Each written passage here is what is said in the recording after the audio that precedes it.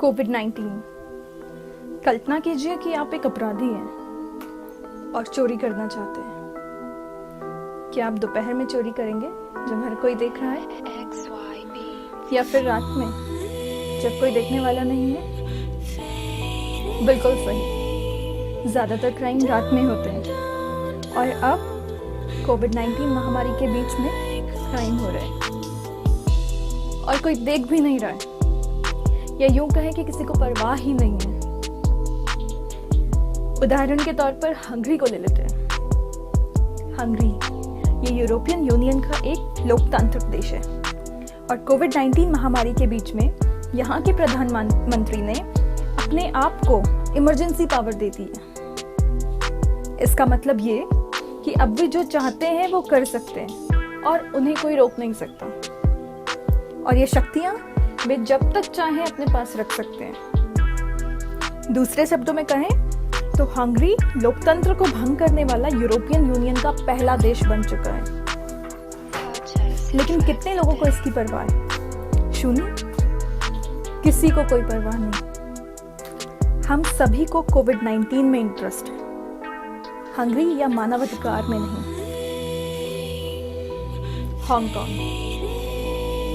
Hong Kong में क्या हो रहा है?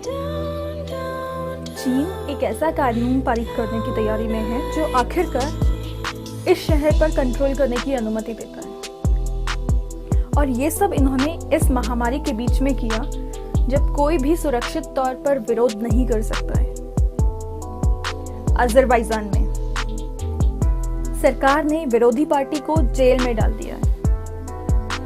कोविड-19 के बहाने जॉर्डन में अखबार प्रतिबंधित कर दिए गए हैं। क्यों?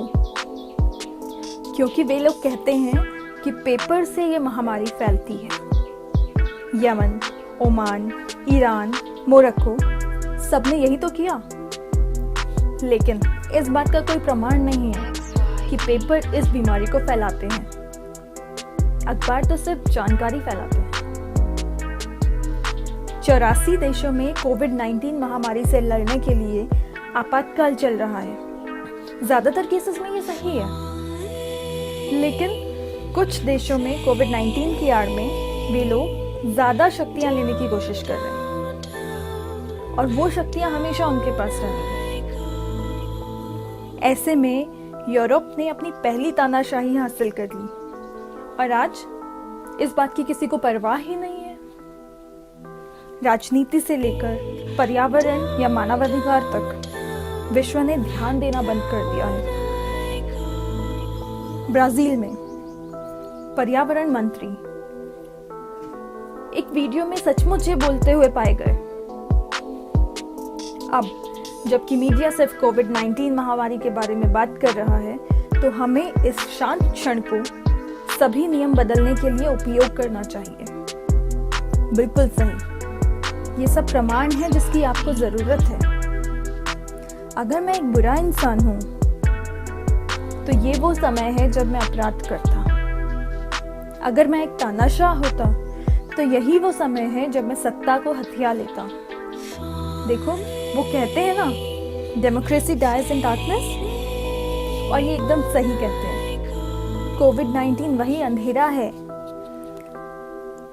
लेकिन तानाशाह के लिए वही एक बेस्ट फ्रेंड है।